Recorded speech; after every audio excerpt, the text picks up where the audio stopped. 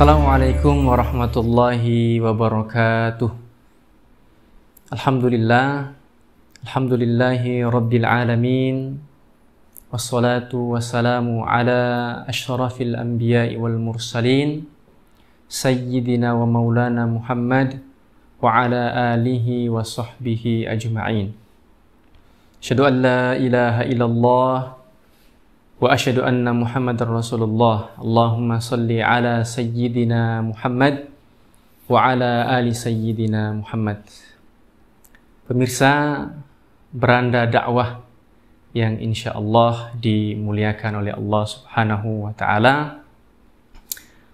Setiap hari kepribadian Nabi Muhammad sallallahu alaihi wasallam senantiasa mengetuk pintu hati dan pikiran kita. Meskipun demikian, tidak semua di antara kita yang membuka pintu itu dan menyambutnya dengan riang gembira. Bahkan ada di antara saudara-saudara Muslim kita yang justru menyambut Nabi Muhammad atau memahami pribadi Nabi Muhammad secara keliru. Misal, Nabi Muhammad SAW dikatakan suka membunuh. Nabi Muhammad, mohon maaf, dikatakan tukang menikah. Nabi Muhammad melegalkan pembunuhan dan peperangan. Nabi Muhammad menjadikan kitab suci dan agama sebagai alat untuk meraih kekuasaan dan lain-lain. Nah, tentu ini semuanya adalah pemahaman yang tidak benar kepada Nabi Muhammad. Oleh karena itu, momentum yang paling pas untuk memahami pribadi Nabi Muhammad dan Al-Quran adalah bulan suci Ramadan. Bulan puasa adalah bulan yang istimewa karena di bulan puasa Al-Quran diturunkan pertama kali. Juga sangat istimewa karena umat muslim menunaikan ibadah di bulan Ramadan. Umat muslim di bulan Ramadan itu mendapatkan tiga keunggulan, ya, atau mendapatkan tiga keistimewaan. Yang pertama, tadarrus sebagai bentuk percakapan atau dialog Allah dengan hambanya, atau hamba dengan Allah Subhanahu wa ta'ala. Dan yang kedua adalah puasa.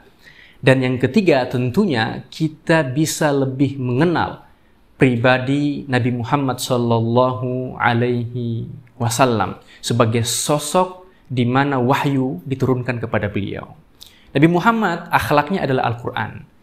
Di pendek kata kita bisa katakan bahwa Nabi Muhammad itu adalah Al-Quran berjalan. Pemirsa beranda dakwah yang insya Allah dimuliakan oleh Allah Subhanahu wa ta'ala, 11 bulan dipenuhi dengan kebisingan kanelpot kehidupan yang membuat pikiran dan hati kita menjadi kotor. Rasa-rasanya puasa selama 1 bulan penuh tidak cukup untuk membersihkan semua itu. Oleh karena itu, menurut hemat kami, puasa itu adalah latihan. Puasa yang sesungguhnya adalah 11 bulan pasca Ramadan. Belajar di sekolah, kemudian belajar di bangku perkuliahan, itu adalah latihan. Karena belajar yang sesungguhnya adalah di lapangan atau di kehidupan nyata. Begitu juga dengan sholat. Sholat itu adalah latihan. Karena sholat yang sesungguhnya adalah sholat di luar sholat. Artinya, kita bisa mengaplikasikan nilai-nilai sholat itu dalam kehidupan sehari-hari kita. Oleh karena itu, sholat yang formal itu mungkin dimulai dengan takbir kemudian diakhiri dengan salam. Sholat di luar sholat itu dimulai ketika salam hingga takbiratul ihram. Artinya tidak ada space, tidak ada jeda bagi kita kecuali mengaplikasikan nilai-nilai sholat itu dalam kehidupan kita. Oleh karena itu, kalau yang kita telan dan yang kita muntahkan senantiasa informasi-informasi bohong, kemudian propaganda, adu domba, kemudian menghakimi yang berbeda, menghukumi secara serampangan orang-orang yang tidak segolongan dengan kita, maka walhasil 1000 Ramadan pun tidak akan sanggup mengubah kita menjadi pribadi yang punya pribadi yang punya mental puasa.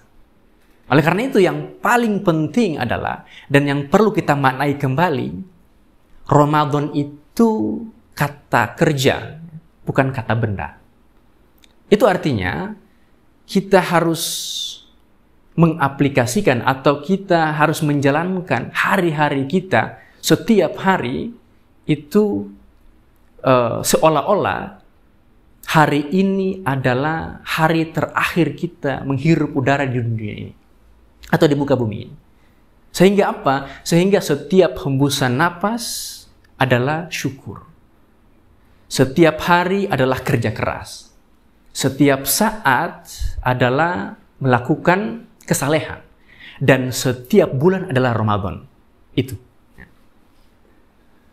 Ramadan itu adalah bulan di mana dosa-dosa itu digugurkan oleh Allah Subhanahu wa taala. Pintu-pintu surga dibuka selebar-lebarnya, pintu-pintu neraka itu ditutup serapat-rapatnya. Bagi siapa? Bagi siapa? Bagi orang yang mau bertaubat dan mengubah kepalsuan menuju yang hakiki. Minal hoax ila, itu dia. Ramadan adalah bulan rahmat. Bagi siapa?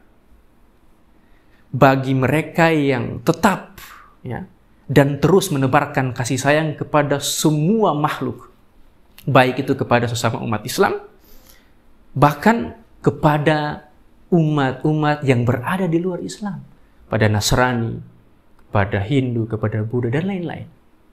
Ramadan itu adalah bulan cahaya. Bagi siapa?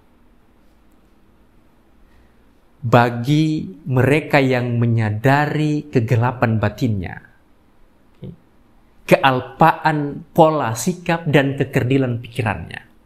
Oleh karena itu, gelap itu adalah kepintaran atau kepintaran yang dibuat-buat. Gelap itu adalah kedunguan yang seolah-olah terlihat bijak bersari. Gelap itu adalah tidak terlihat. Tidak terlihat, dan gelap itu tidak baik. Gelap itu buruk.